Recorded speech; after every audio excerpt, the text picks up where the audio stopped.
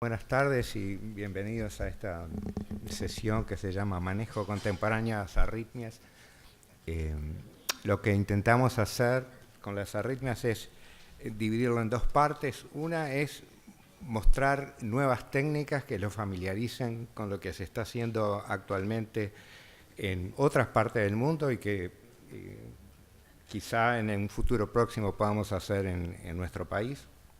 Y luego en la tarde hacer una sesión en que podamos ver casos clínicos de manejo de todos los días y que pueda ayudarnos a manejar nuestros pacientes.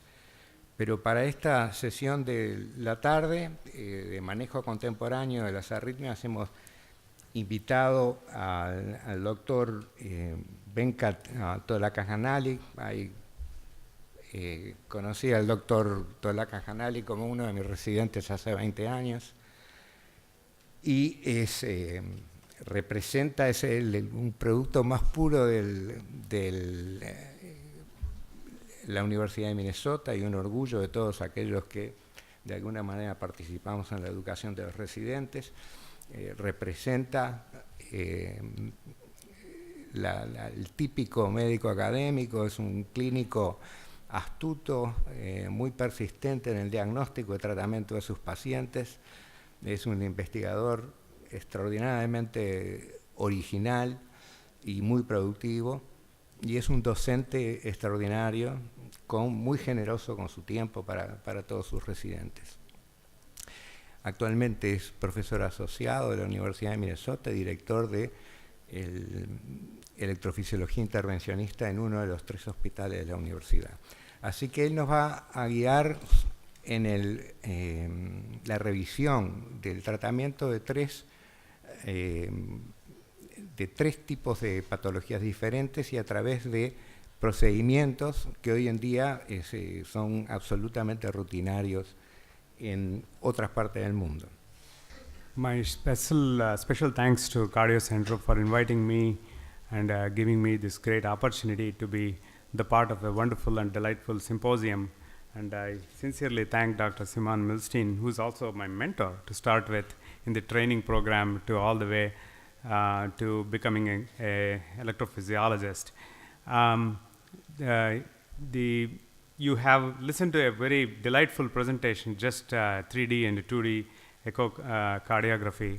Although I didn't listen to the translation part, but I was able to get it. It was very delightful. But we are switching gears a little bit into a little bit electrified approach to the understanding of arrhythmias. And the first talk I'm going to give you is about the Brugada syndrome. And what do we understand about Brugada syndrome and where we are heading towards in the form of ablation therapy. Before we get into the details, let's define what exactly the Brugada syndrome. As you know, the Brugada syndrome is an autosomal dominant inherited disease where the patients present with a characteristic ST segment elevation in the right precordial leads, commonly, I would say commonly, because there is it's a syndrome overlap with early repolarization, which has been a debated issue. And it can present with a high incidence of sudden cardiac death due to ventricular tachycardia or fibrillation. I changed a little bit about the talk. While we are going through different slides, you understand that part. In relatively structurally normal hearts. So this is what the definition of the Brugada syndrome is. So if you look at the ECG characteristics of the Brugada syndrome, the type 1, there are mainly 3 types which have been described. The type 1 Brugada syndrome has a chord type ST elevation. You can see in the type 1 on the right panel where here you can see, I don't know if you can see my arrow, probably not.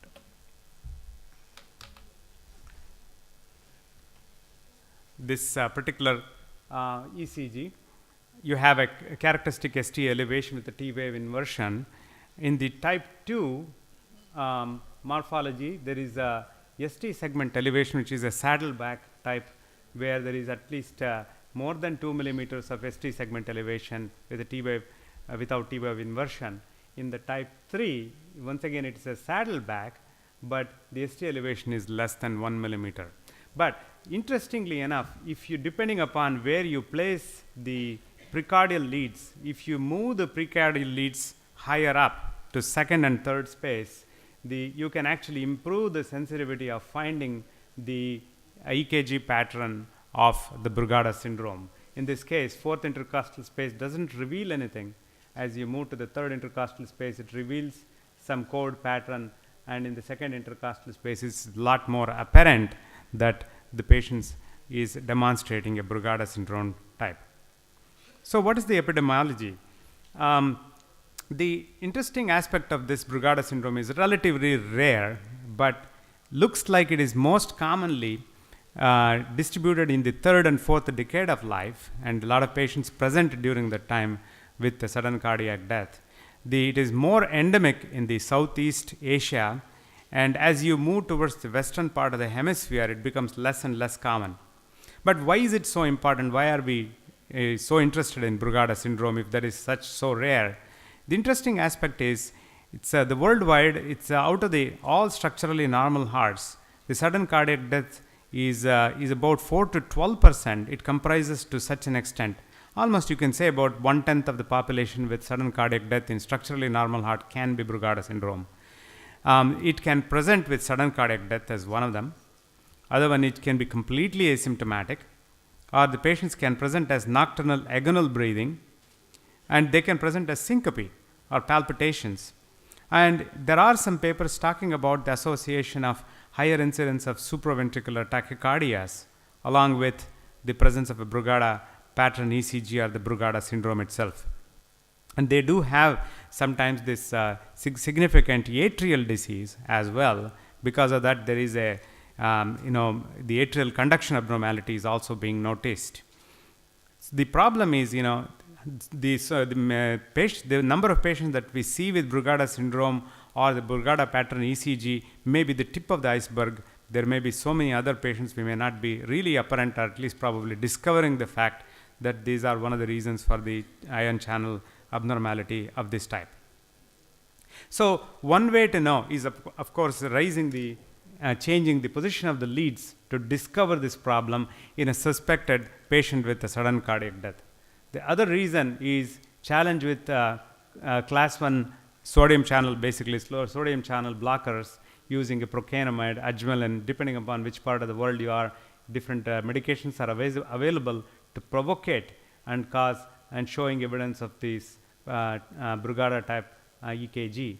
The isopril, on the contrary, actually completely suppresses the effect of the Brugada pattern ECGs. These are the different differential diagnoses you can actually see with Brugada type of pattern. I don't want to get into the details. As you can see, there are several of them which are seen and which can be easily mistaken for a Brugada type ECG. And it is important to know in different other conditions which can be present as well.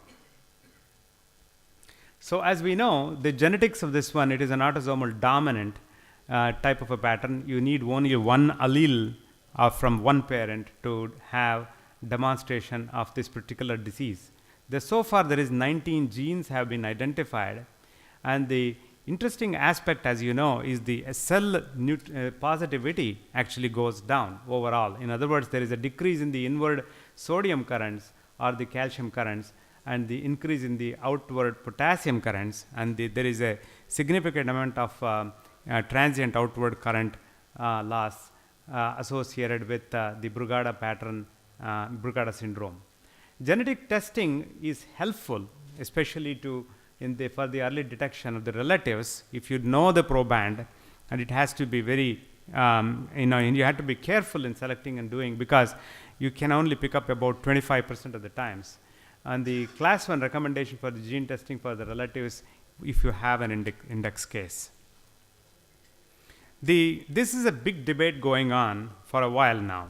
The one debate is whether Brugada syndrome is a repolarization issue or is it a depolarization issue. Anzelovich group are strongly in favor of this repolarization hypothesis, whereas the Nademani group or the Arthur Wild all are in favor of the depolarization.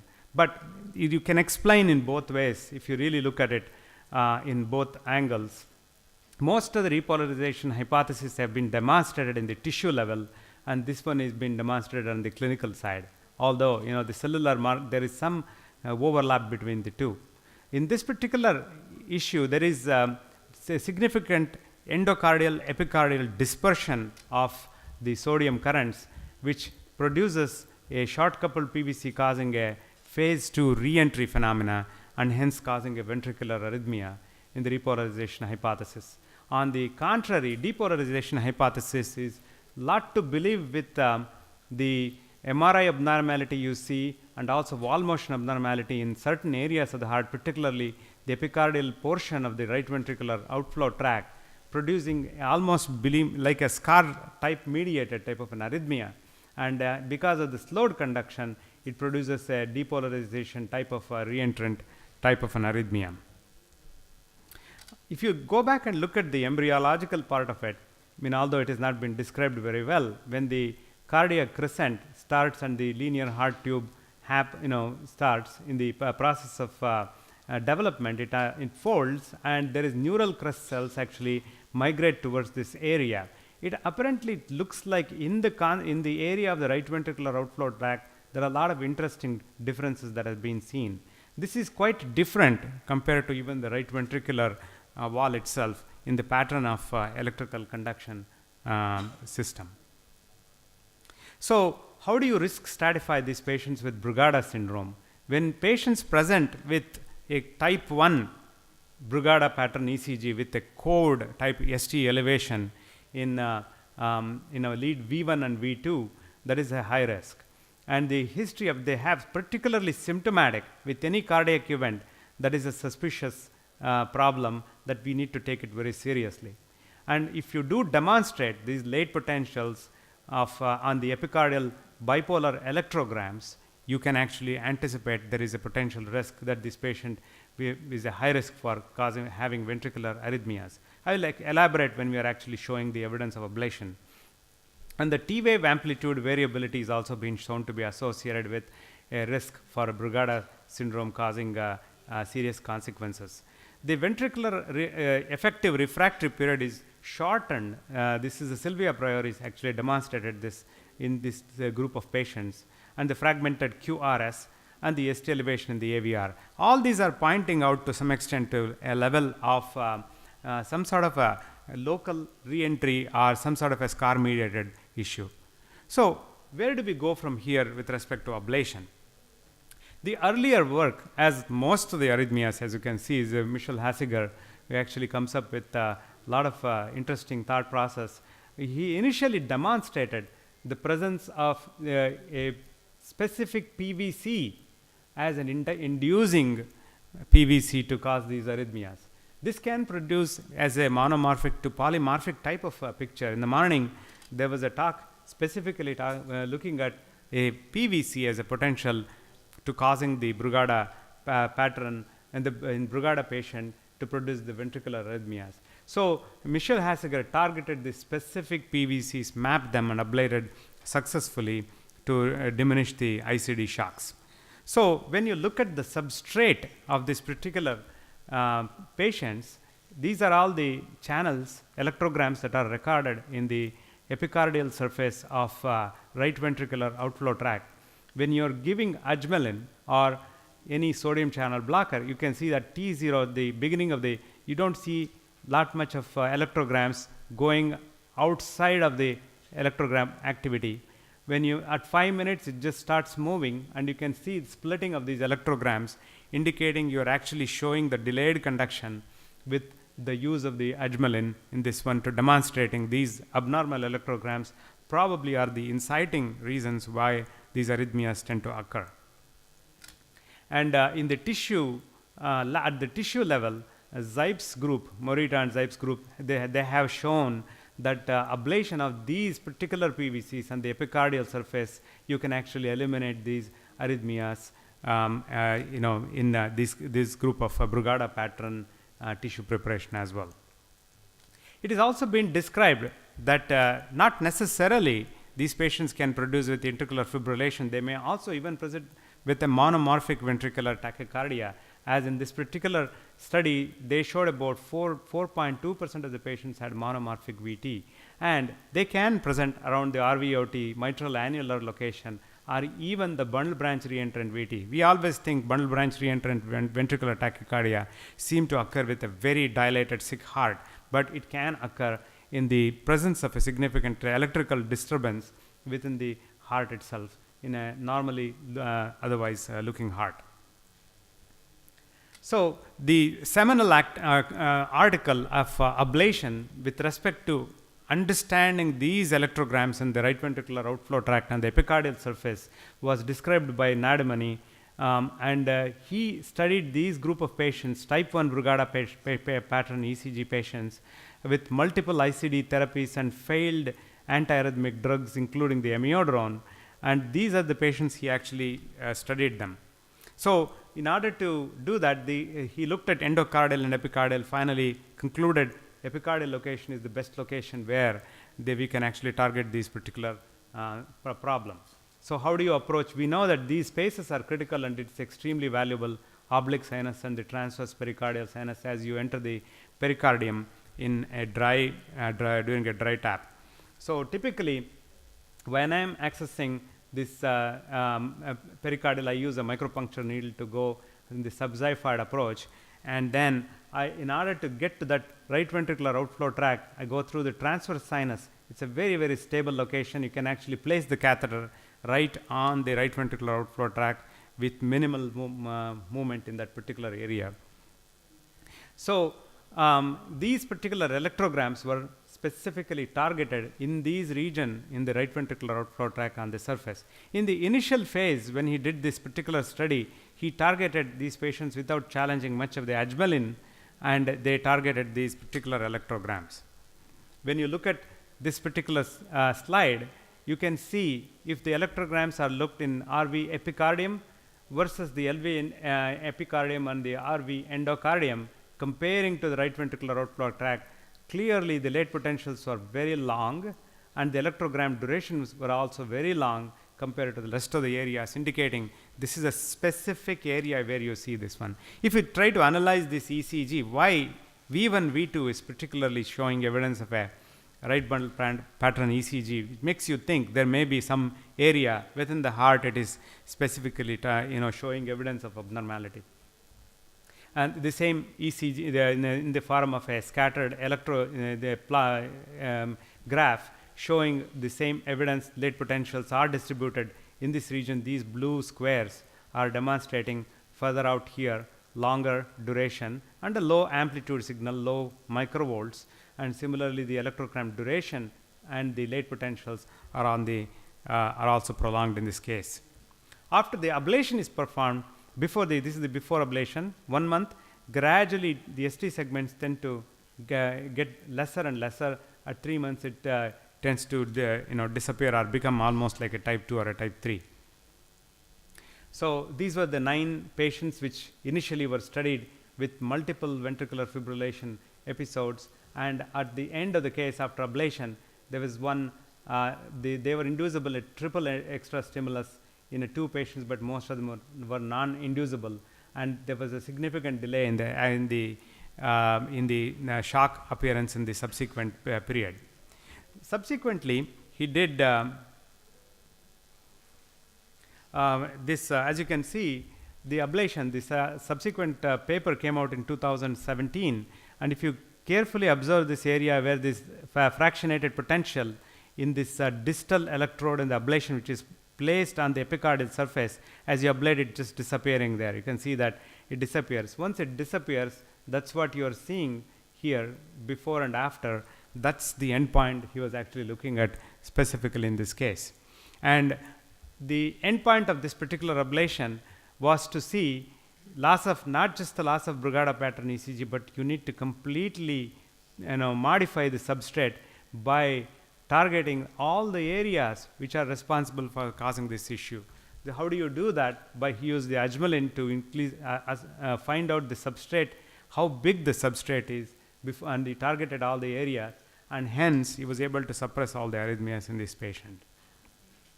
Subsequently, there were several papers came out, And Zhang et al. Along with the UCLA group, they looked at what is called a transmural dispersion of the late activation.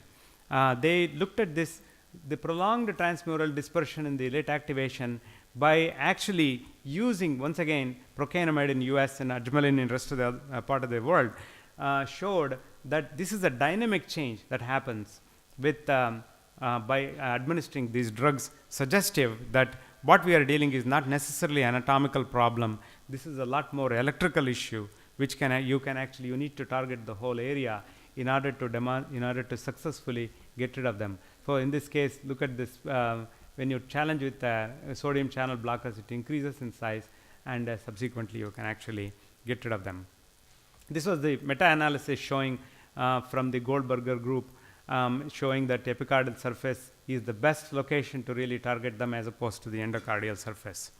And just recently in 2018, Carlo Pepponi actually demonstrated 191 patients. Probably this is the largest cohort we have so far seen. He targeted ablation in this group of patients who had ICD therapies. And you can see with ajmalin, when you challenge, if the area becomes a little bit bigger, not humongous, you see fractionated potentials in this particular case increases from 145 to 155 milliseconds. The VT was inducible with program extra stimulus. On the contrary, if the substrate is huge, it increases quite significantly, and the fragmented potentials, if even more larger, then ventricular fibrillation was induced. So the substrate may be an important thing in causing the type of arrhythmia you see in this particular group of patients. And if you get rid of everything, you can actually move this rock curve to a point where you are very comfortable saying that we achieved the success in this particular group of patients. So this is just to show you, I think if you ajmalin challenge increase, you can target your mapping window in the form of assessing the time duration of these electrical potentials and target the whole area where you have, otherwise anatomically they look okay, and then subsequently when you ablate them, the outcomes are very good with respect to the long-term success. There are some papers talking about the Chagas disease presentation like a Brugada pattern ECG. This is something differentials we always need to think in terms of any other causes of Brugada. And I came across an ARVC patient presenting like a Brugada type of a pattern ECG. So that is something we need to keep in our mind. So this is one of the cases I did some time ago in India. We'll quickly go through this one just to show you the endocardial mapping in this particular ECG, where in these electrograms, this is the ablation distal catheter. In the endocardial surface, you don't see that much of an electrogram, but epicardially you see that late potentials seen in this particular location. We targeted this area, and that's where the ablation was done. And then after the ablation, immediately after ablation, you started seeing already some changes in the ECG before and after. And then at 3 weeks, you started seeing the type 1 Brugada pattern becoming less and less. And after 5 weeks, it's complete disappearance with complete abatement of symptoms for this particular patient.